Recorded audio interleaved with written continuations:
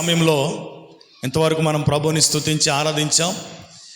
మనకి మరొక అరగంట సమయం ఉంది. అరగంట సమయాన్ని ముగించేస్తాను. ఎందుకంటే 29 రాత్రి నుంచి కూడా మనం ఇక్కడ ఉపవాస ప్రార్థనలు జరుగుతూ ఉన్నాయి. ప్రతిదినము కూడా దేవుని వాక్యాన్ని మనం వింటూ ఉన్నాం. కనుక ఈరోజు ఈ వాగ్దాన సందేశాన్ని కొన్ని మాటలుగా మనం ధ్యానం చేసి మరి ప్రార్థన చేసుకొని నూతన సంవత్సరపు దీవెనల చేత నింపబడదాం. మరి సమయాన్ని వృధా చేయకుండా త్వరగా దేవుని వాక్యంలోనికి వెళ్ళిపోదాం. పరిశుద్ధ గ్రంథంలో నుంచి హోషియా గ్రంథం 14వ అధ్యాయము 5వ వాక్యాన్ని చదవగా విందాం. హోషియా గ్రంథం 14వ అధ్యాయము 5వ వచనాన్ని చదవగా విందాం. చెట్టునకు మంచు ఉన్నట్టు నేను అతనికి ఉందును. ఆమేన్, హల్లెలూయా. ప్రభునందు ప్రియులారా, ఈ నూతన సంవత్సరం 2025వ సంవత్సరంలో దేవుడు మనకిచ్చినటువంటి ఒక మంచి వాగ్దానం ఏంటంటే, చెట్టునకు మంచు ఉన్నట్టుగా నేను అతనికి తోడై ఉంటాను. ఆమేన్, హల్లెలూయా. ఈ నూతన సంవత్సరంలో నీవు ప్రయాణమును ఒంటరి ప్రయాణం కాదు. నువ్వు వెళ్తున్న స్థలంలో మీరు పిల్లలు కంట్రోల్ చేయాలి. నా వైపు అలాగే చూడటం కాదు, మీరు చూసుకోవాలి జాగ్రత్తగా. మీకు ఎలాగుందంటే చెప్తేనే చేస్తున్నారు, కూర్చుండంటే కూర్చుంటున్నారు, లేకండి అంటే లేగస్తూ ఉన్నారు. ఇంక వీళ్ళకి ఆర్మీ ట్రైనింగ్ ఇవ్వలేదు. మేము తీసుకున్న ట్రైనింగ్ లాగా ఉంటే ఒళ్ళు ఓనం అయిపోతుంది వాళ్ళకి. మేము ఎలా చేసేవాళ్ళం కాదు. యవ్వన కాలంలో మా పరిచర్య ఎలా ఉండేది కాదు. చాలా చురుకైనటువంటి వారిగా పరుగులు పెట్టేవాళ్ళం, చాలా ఎలక్ట్గా ఉండేవాళ్ళం. దేవునికి స్తోత్రం కలుగునుగా. కనుక చాలా జాగ్రత్తగా ఉండాలి. యవనస్తులు పిల్లలు మాట్లాడకుండా మీరు జాగ్రత్తగా చూసుకోవాలి. దేవుని వాక్యాన్ని చదివినట్టయితే ఇక్కడ వాక్యం సెలవిస్తూ ఉంది, చెట్టునకు మంచు ఉన్నట్టుగా నేను అతనికి ఉంటానని. ఈ 2024వ సంవత్సరంలో మన ప్రయాణం ఎలా ఉందో మనకు తెలుసు. ఒకవేళ మన జీవితంలో ఉన్నటువంటి పరిస్థితులు నేను రాత్రి మనం మాట్లాడుకునేటట్టుగా శిథిలావస్థలో ఉన్నటువంటి పరిస్థితిగా ఉండొచ్చు, నిస్సహాయమైనటువంటి పరిస్థితిగా ఉండొచ్చు, కన్నీటి లోయల గుండా నడిపించబడినటువంటి పరిస్థితి ఈ 2024వ సంవత్సరంలో ఒకవేళ మనం కలిగి ఉన్నట్లయితే, అదే స్థితిని మరలా దేవుడు నూతన సంవత్సరంలోనికి వెళ్ళేటప్పుడు ఆ స్థితిని ఉంచకుండా మన స్థితిగతులను మార్చి, శిథిలమైపోయినటువంటి మన జీవితాలని, కూలిపోయినటువంటి మన కుటుంబ పరిస్థితులను, ఆర్థిక ఇబ్బందులను, పరిస్థితులను, అది ఏ విధమైనటువంటి పరిస్థితి అయినా కావచ్చు, వాటంతటిని కూడా తిరిగి కట్టడానికి ఆయన మనకి తోడే ఉండబోతూ ఉన్నాడు. ఆయన మనతో వస్తున్నాడంటే ఊరకనే రావటం లేదు. ఆయన మనకి తోడుగా ఉండాలి అంటే మనం ఏం చేయాలి అన్నటువంటి విషయాలు, ఒక 4 విషయాలు నిన్న రాత్రి మనం ధ్యానం చేసాం. మనం ధ్యానం చేసుకున్న 4 విషయాలు. మొదటిది, నీ పాపపు స్థితిని బట్టి, శిథిలమైపోయినటువంటి నీ పరిస్థితిని బట్టి తిరిగి కట్టబడుట కొరకు యేసయ్య వైపు తిరగాలి. నీవు ఆయన వైపు తిరిగితే నీ పతనమైన జీవితాన్ని తిరిగి చిగురింప చేయుటకు ఆయన సమర్థుడై ఉన్నాడు. రెండవదిగా వాక్యం చెప్తా ఉంది, రెండవది ఒక సమర్పణతో, ఒక త్యాగముతో, దేవుని దగ్గర ఒక నిబంధనతో ఆయన తట్టు నువ్వు తిరిగినప్పుడు, గడిచిన సంవత్సరంలో నీ కొరకు నేను చేయలేని ప్రతి పనిని కూడా ఈ నూతన సంవత్సరంలో నీ కొరకు చేయటానికి నీ కృపనివ్వండి అయ్యా అని దేవుని దగ్గర ఒక నిబంధన చేసుకొని, ఒక సమర్పణ చేసుకొని నీవు నడవగలిగినట్లయితే, ఆయన తట్టు తిరగగలిగినట్లయితే ఆయన నీతో రావడానికి ఇష్టపడతా ఉన్నాడు. మూడవదిగా మనం ధ్యానం చేసాం, పాపములో నుంచి విడుదల పొందినప్పుడు ఆయన నిన్ను హత్తుకొని ఉంటాడు. ఎందుకంటే యేసుక్రీస్తు ప్రభువారు పరిశుద్ధుడు. ఆయన ఎవరు? వాక్యం చెప్తుంది కదా, పేతురు రాసిన మొదటి పత్రిక 1వ అధ్యాయము 14వ వాక్యములో వాక్యం ఏమని చెప్తా ఉందంటే, నేను పరిశుద్ధుడను గనుక మీరును పరిశుద్ధులై ఉండాలని. పరిశుద్ధత లేకుండా ఎవడును ప్రభువుని చూడలేడు. అందుకనే బైబిల్ చెప్తున్నటువంటి మాట ఏంటంటే, క్రైస్తవ్యం దేని గురించి ప్రకటిస్తుందంటే మానవుడు పరిశుద్ధుడిగా జీవించమని. ఎందుకు? నిత్యరాజ్యములో ప్రవేశించాలి అంటే మానవుడు తప్పక పరిశుద్ధుడై ఉండాలి. పరిశుద్ధత లేకుండా ఎవడును ప్రభువుని చూడలేడు. పరిశుద్ధత లేకుండా ఎవడును నిత్య రాజ్యములోనికి ప్రవేశించలేడు. ప్రభునందు ప్రియులారా, అందుకని క్రైస్తవ జీవితము జీవించుచున్నటువంటి మనము ఎలా ఉండాలని దేవుడు కోరుకుంటున్నాడంటే పరిశుద్ధులుగా ఉండాలని కోరుకుంటున్నాడు. ఎందుకంటే మన తండ్రి నివసించుచున్నటువంటి పరలోక రాజ్యం ఎలాంటిది? అక్కడ అనీతి ఉండదు. ఇక్కడ ఉన్నటువంటి ఆ ఘోరాలు కానీ అరాచకాలు కానీ పరలోకంలో ఏమీ ఉండవు. దుఃఖం ఉండదు, కన్నీరు ఉండదు, వ్యాధి ఉండదు, బాధలు ఉండవు, శ్రమలు ఉండవు, ఇక్కడ ఉన్నటువంటి వ్యాధులు ఉండవు. మరి అక్కడ పరలోకంలో ఏముంటుందంటే నిత్యము సంతోషమే ఉంటుంది, సమాధానం ఉంటుంది. అక్కడ ఏడవటానికి వీలు లేకుండా దేవుడు ప్రతి వాని యొక్క బాష్ప బిందువులను ఏం చేస్తాడు? ఆయన తుడిచి వేస్తాడని వాక్యం చెప్తా ఉంది. అటువంటి సంతోషకరమైన ఆనందకరమైన నిత్య రాజ్యములోనికి ప్రవేశించాలి అంటే ఒక మనుష్యుడు ఎలా మారాలి అని ప్రభు చెప్తా ఉన్నారంటే పరిశుద్ధునిగా మారాలి. ఎందుకు మారమన్నాడు? ఆయన పరిశుద్ధుడు కనుక మనలను పరిశుద్ధులుగా ఉండమన్నాడు. ఈరోజు నేను పరిశుద్ధంగా ఉంటే, నేను నా జీవితాన్ని కాపాడుకొని నీతిగా బ్రతుకుతే నా పిల్లలకి నేను చెప్పగలుగుతాను. నేను త్రాక్కొని నేను పాపంలో జీవించి నా పిల్లల్ని వాళ్ళ జీవించొద్దంటే వారు వింటారండి? వినరు. ఎందుకు వినరు? నా తండ్రి అలా ఉన్నప్పుడు నేను ఉంటే తప్పేంటి అని అనుకుంటాడు. మన పరమ తండ్రి అయినటువంటి యేసుక్రీస్తు ప్రభువారు కూడా ఆయన పాపము లేని వానిగా ఉన్నాడు, ఆయన నీతిమంతుడిగా ఉన్నాడు, ఆయన నిర్దోషైన దేవుడిగా ఉన్నాడు.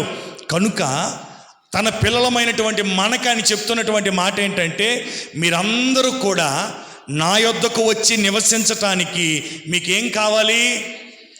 అధికారం కాదు. పరలోకానికి వెళ్ళి యేసే దగ్గర జీవించడానికి కావలసింది అధికారం కాదు, కావలసింది పలుకుబడి కాదు, కావలసింది నువ్వు ధనవంతుడిగా మారటం కాదు. పరలోక రాజ్యములో పరిశుద్ధుడైనటువంటి యేసు దగ్గర నీవు నేను జీవించాలంటే నీకు నాకు కావలసింది ఏంటి? పరిశుద్ధత. దేవునికి స్తోత్రం. అందుకని వాక్యం చెప్తుంది, పరిశుద్ధత లేకుండా ఎవడునూ ప్రభువుని చూడలేడు. ఆయనని చూడాలని ఆశ ఉంటుంది అందరికీ కూడాను కదా. యేసే త్వరగా రాబోతూ ఉన్నారు, తన పిల్లల్ని తీసుకొని వెళ్ళడానికి. ఆయన వచ్చేటప్పుడు ఆయన చూడాలని గొప్ప ఆశ ఉంటుంది. కానీ ఆయన వచ్చేటప్పుడు నీ కన్నులు ఆయనను చూడాలి అంటే నువ్వు ఏ అర్హతను పొందుకోవాలి అంటే పరిశుద్ధతను కలిగి ఉండాలి. ఆయన రాజులకు రాజుగాను ప్రభువులకు ప్రభుగాను తన పిల్లలైనటువంటి ప్రతి ఒక్కరిని కూడా ఆయన స్వరూపమందు ఆయన పోలిక చొప్పున చేయబడినటువంటి మానవులను తీసుకొని వెళ్ళటానికి యేసు ప్రభు వారు త్వరగా రాబోతూ ఉన్నారు. ఆయన వచ్చేటప్పటికి ఎవరైతే మారు మనసు పొంది మారు మనసునకు తగిన ఫలాలు ఫలించి పరిశుద్ధునిగా జీవిస్తారో వారు మాత్రమే ఎత్తబడతారు. ఎందుకు చెప్పాను కదా, ఆయన రాజ్యము పరిశుద్ధమైన రాజ్యము, ఆయన నివసించే స్థలము పరిశుద్ధమైనటువంటిది. ఆ పరిశుద్ధుడైనటువంటి దేవుణ్ణి చేరుకోవాలి అంటే మనలో కూడా పరిశుద్ధత కలిగి ఉండాలి. అంత మాత్రమే కాదు, ఆయన నీకు తోడుగా ఉండాలి అన్నా నువ్వు పరిశుద్ధుడిగా ఉండాలి. చూడండి, నోవాహు దినాల్లో ఎంతమంది తెలుసు నోవాహు గారు? తెలుసా? పరిచయం ఉందా? అప్పటికి ఎవరు మనం పుట్టలేదు, కానీ బైబిల్ చెప్తా ఉంది నోవాహు గారి దినాల్లో ఏమొచ్చింది? జలప్రళయాన్ని దేవుడు రప్పించాడు. దేనిని బట్టి? మనుషుని యొక్క పాపస్థితిని బట్టి, మనుషుడు చేసినటువంటి దోషమును బట్టి ఆ ఉగ్రతను వారే కొని తెచ్చుకున్నారు. దేవుడు ఏ మానవుని కూడా శిక్షించడు. దేవుడు మానవుని యొక్క నాశనాన్ని కోరుకునేవాడు కాదు. యేసయ్య మానవుణ్ణి ప్రేమించే దేవుడు గనుక ఆయన విడిచిపెట్టకూడని గొప్ప భాగ్యాన్ని కూడా విడిచిపెట్టి దేన్ని విడిచిపెట్టకూడని గొప్ప భాగ్యం అంట? పరలోకాన్ని విడిచిపెట్టకూడని గొప్ప భాగ్యం, అంత గొప్ప అధికారాన్ని విడిచిపెట్టకూడని గొప్ప భాగ్యం. ఆ భాగ్యాన్ని మన కొరకు మనలను ప్రేమించి మనలను పరిశుద్ధులుగా చేయాలి అని, మనలను నీతిమంతులుగా చేయాలి అని, నీతిమంతునిగా పరిశుద్ధునిగా మార్చబడిన ఈ మానవుణ్ణి ఆయనతో పాటు ఆయన ఒళ్ళో కూర్చోబెట్టుకోవాలి అని పాపము చేత, అపరాధముల చేత, దోషము చేత చచ్చిన స్థితిలో ఉన్నటువంటి మనలను బ్రతికించటానికి యేసు ప్రభు వారి లోకానికి వచ్చి ఉన్నాడు. ఆయన దేవునికి స్తోత్రం కలుగును గాక. ఏదో స్థాపించడానికో లేకపోతే ఇంకేదో చేయడానికి ఆయన రాలేదు. పాపి అయిన మానవుని పరిశుద్ధినిగా చేయడానికి ఈ లోకానికి వచ్చాడు. నశించిపోతున్న మానవుని వెతికి రక్షించడానికి వచ్చాడు యేసుక్రీస్తు ప్రభువారు. కనుక ప్రభునందు ప్రియులారా, యేసు ప్రభువారు ఆ నోవహు దినాల్లో మనం చూస్తే జలప్రళయం వచ్చింది మానవుని యొక్క అవిధేయతను బట్టి. మొత్తం మీద 40 దినాలు రాత్రి పగలు జలప్రళయం అయిపోయిన తర్వాత నోవహు గారు ఏం చేశారు? ఒక కాకిని పంపించాడంట. ముందు ఒక కాకిని పంపించాడు. అంటే భూమి ఎండిపోయిందో లేదో చూడటానికి, నివాస యోగ్యంగా ఉందో లేదో చూడటానికి ఆ పడవలో నుంచి ఒక కాకిని పంపిస్తే కాకి వెళ్ళింది బయటికి, కానీ మరలా తిరిగి ఓడలోనికి రాలేదు. దానికి ఏం చేస్తాం? శవాలు పీక్కు తినడం ఇష్టం దానికి. బోల్డ్ శవాలు దొరికేయేమో, పీక్కు తినుకునే పనిలో ఉంది, అక్కడే ఉండిపోయింది. ప్రభునందు ప్రియులారా, తర్వాత మరలా ఒక పావురాన్ని విడిచిపెడతాడు. పావురాన్ని విడిచిపెట్టిన తర్వాత అక్కడ ఉంటుంది వాక్యం, తీసి చదివించడానికి సమయం లేదు కనుక త్వరగా చెప్తా ఉన్నాను. అక్కడికి వెళ్ళిన తర్వాత పావురానికి నిలిచే స్థలము లేక, చూడండి, కాకి వెళ్ళింది, ఉండిపోయింది, మరలా తిరిగి రాలేదు. కానీ పావురానికి అది బయటికి వెళ్ళిందంట, కానీ నిలిచే స్థలము లేక అది మరలా నోవహు గారి దగ్గరికే తిరిగి వచ్చేసింది. అందుకనే పావురాన్ని పరిశుద్ధతకు సాదృశ్యంగా, శాంతికి చిహ్నంగా దాన్ని సాదృశ్యంగా చూపిస్తూ ఉంటుంటారు. పరిశుద్ధాత్మ కూడా పావురానికి సాదృశ్యంగా పోల్చబడింది. కనుక అపరిశుద్ధత ఎక్కడైతే ఉంటుందో, అపవిత్రత ఎక్కడైతే ఉంటుందో అక్కడ పరిశుద్ధుడైన వాడు నిలిచి ఉండలేడు. అందుకని వాక్యం కూడా చెప్పింది, దుష్టుల ఆలోచన చొప్పున నడవక, పాపుల మార్గమును నిలవక, అపహాసకులు కూర్చుండని చోటను కూర్చుండక. వచ్చి కదా, ఇది రాకపోతే అందుకని దౌర్భాగ్యం మరొకటి ఉండదు. ఎందుకంటే సండే స్కూల్ వాక్యం అది. దేవునికి స్తోత్రం కలుగునుగా. ప్రభునందు ప్రియులారా, ఎవడు నిలవలేడంటే దుష్టుల ఆలోచన చొప్పున నడవకూడదు, పాపుల మార్గమును నిలవకూడదు, అపహాసకులు కూర్చున్న చోటను కూర్చుంటే అపహాసమైన మాటలే వస్తాయి. విస్తారమైన మాటల యందు దోషముండక మానదని వాక్యం చెప్తా ఉంది. అంటే నీ మాట ద్వారా కలిగినటువంటి దోషమును బట్టి కూడా దేవుడు నీకు దూరం అయిపోతాడు. అంటే నీ మాట కూడా ఎలా ఉండాలి? పరిశుద్ధమైనదిగా ఉండాలి. క్రైస్తవుని యొక్క మాట తీరు కూడా, ప్రవర్తన, నడవడిక సమాజానికి మాదిరిగా ఉండాలి, పరిశుద్ధత కలిగినటువంటిదిగా ఉండాలి. యేసు ప్రభు అనేక స్థలానికి వెళ్ళాడు. 33.5 సంవత్సరాలు జీవించాడు. ఆయన జీవితాన్ని పరిశీలించినటువంటి రాజులు సహితం ఆయన నడవడికని పరిశీలించారు, ప్రవర్తన పరిశీలన చేశారు, మాటను పరిశీలన చేశారు. ఆయన అంతటిని పరిశీలన చేస్తే తేలిన ఫలితార్థం ఏంటంటే, ఇతని యందు ఏ దోషమును నాకు కనబడలేదు అన్నాడు. ఇతడు పరిశుద్ధుడిని రాజే సాక్ష్యం ఇచ్చాడు. ఈరోజు సమాజంలో ఉంటున్నటువంటి మనము లోకములో ఉన్న వారి వల్ల మనం కలిసిపోకుండా నీ మాట ఒక ప్రత్యేకమైనదిగా ఉండాలి. నీ మాట పరిశుద్ధమైన మాటనే పలకాలి. అపవిత్రమైన మాటలు నీ నోట రాకూడదు. ముసలమ్మ ముచ్చట్లు, అపహాస్యాలు చేయకూడదు. చాలా జాగ్రత్తగా ఈ లోకములో మనం జీవించాలి.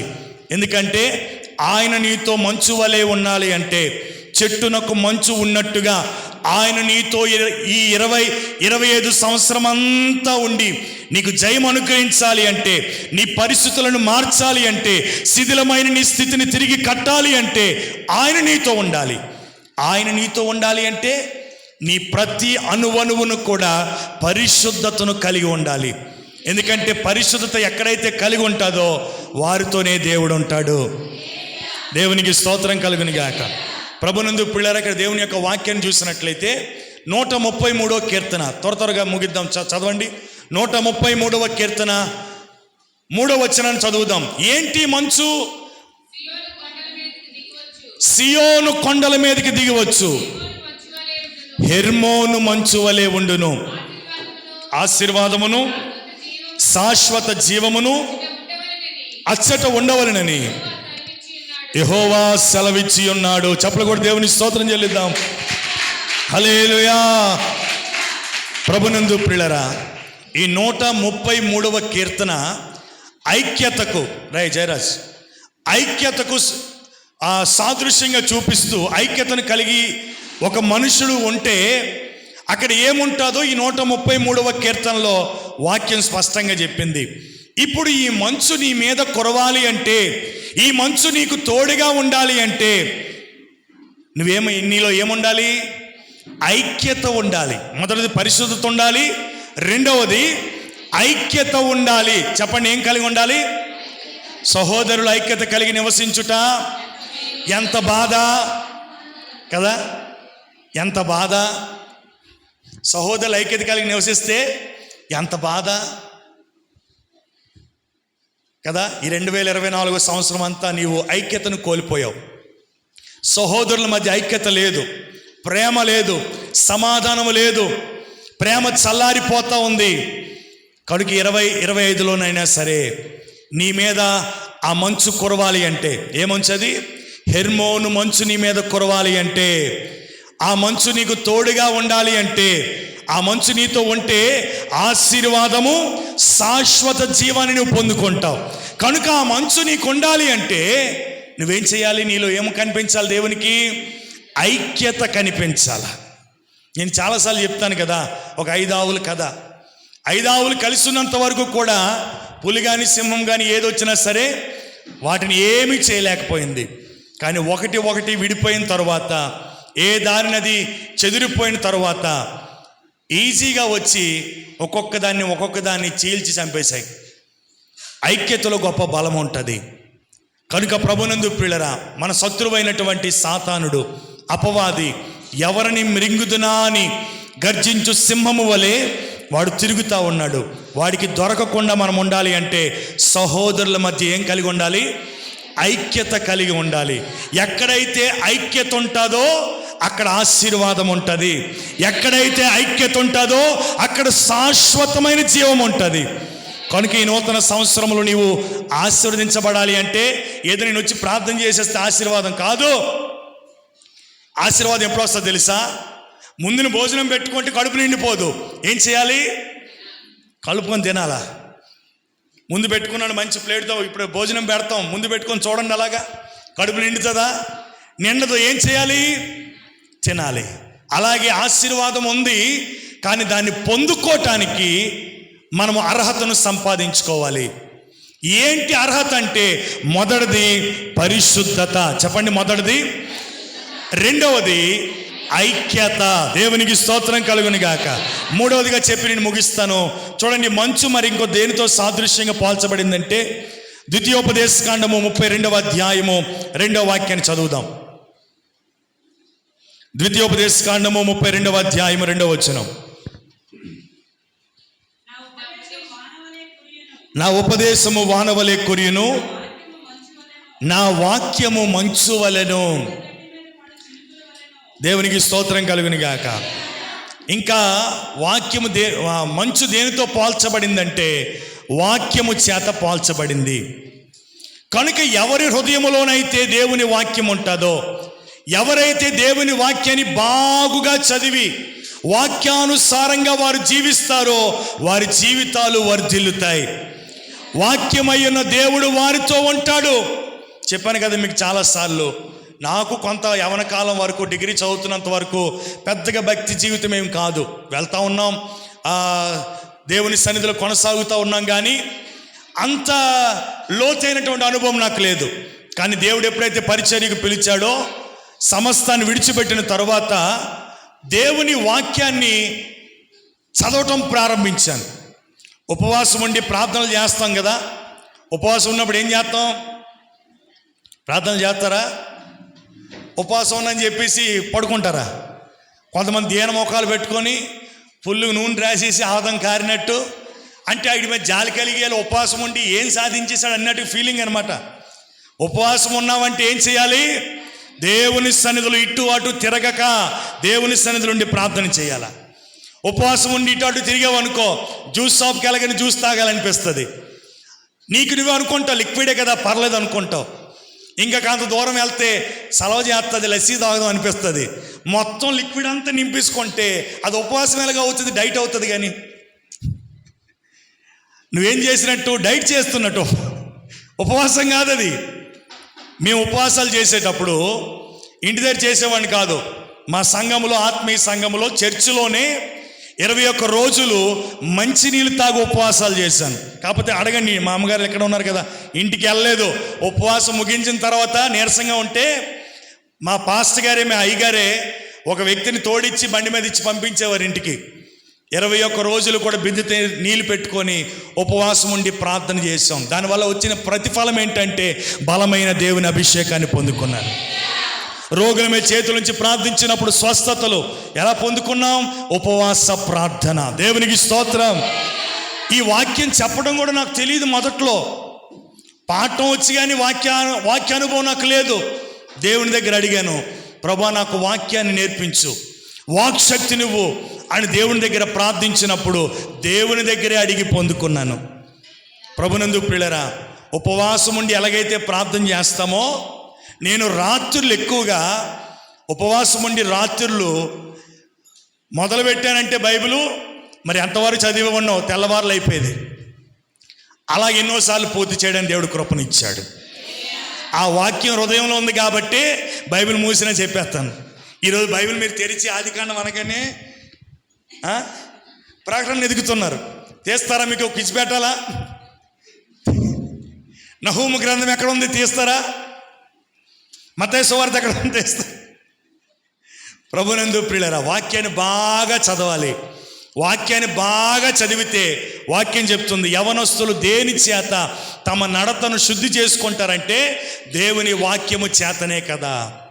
మరి యవన కాలంలో పవిత్రంగా పరిశుద్ధంగా జీవించి దేవుని కొరకు పాత్రగా వాడబడుతున్నామంటే మరి నాకు తెలియాలి కదా ఎలా బ్రతకాలో.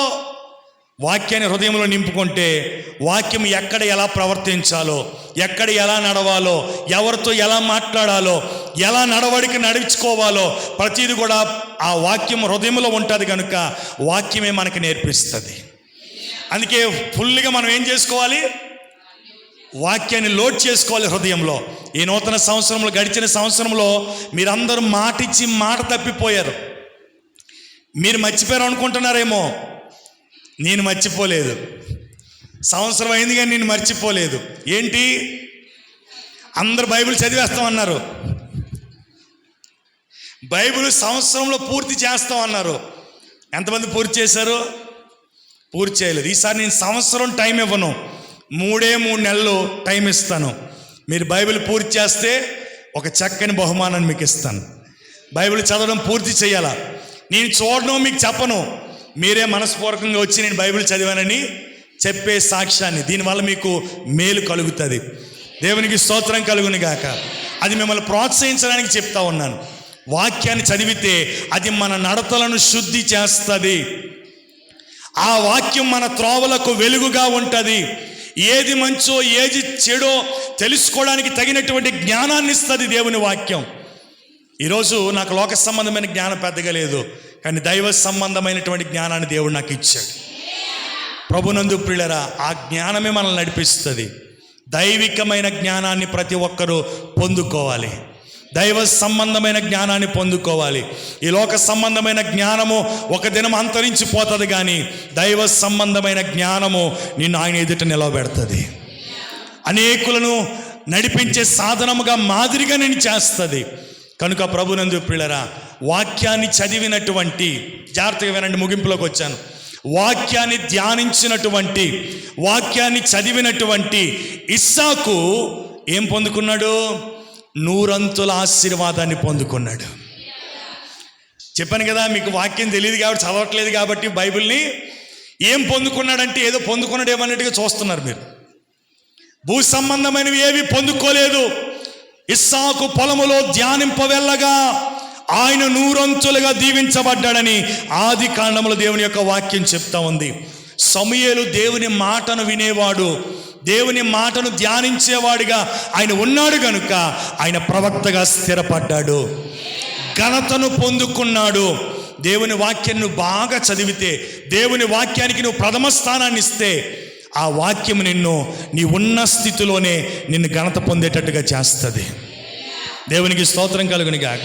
మరోటిగా మనం చూస్తే, దేవుని మాటను విన్నటువంటి, దేవుని వాక్యానికి చోటిచ్చినటువంటి అబ్రహాము విశ్వాసులకు తండ్రిగా మారాడు.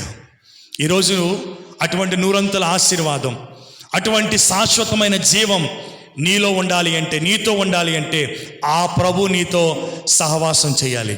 ఆయన నీతో తోడుగా ఉండాలి అంటే మనం ఏమై ఉండాలి? పరిశుద్ధతను కలిగిన వారిగా ఉండాలి. రెండవది ఐక్యత కలిగిన వారిగా ఉండాలి. మూడవది వాక్యాన్ని హత్తుకొని జీవించాలి. అలా ఎవరైతే జీవిస్తారో నిశ్చయముగా ఆ మహాపరిశుద్ధుడైన దేవుడు వారికి తోడుగా రాబోతా ఉన్నాడు. అట్టి కృప ఈ 2025వ సంవత్సరములో దేవుడు ఇక్కడ ఉన్న ప్రతి ఒక్కరికి దయచేయునుగాక. అందరూ కండ్లు మూసుకొని ప్రార్థన చేద్దాం. కండ్లు మూసుకొని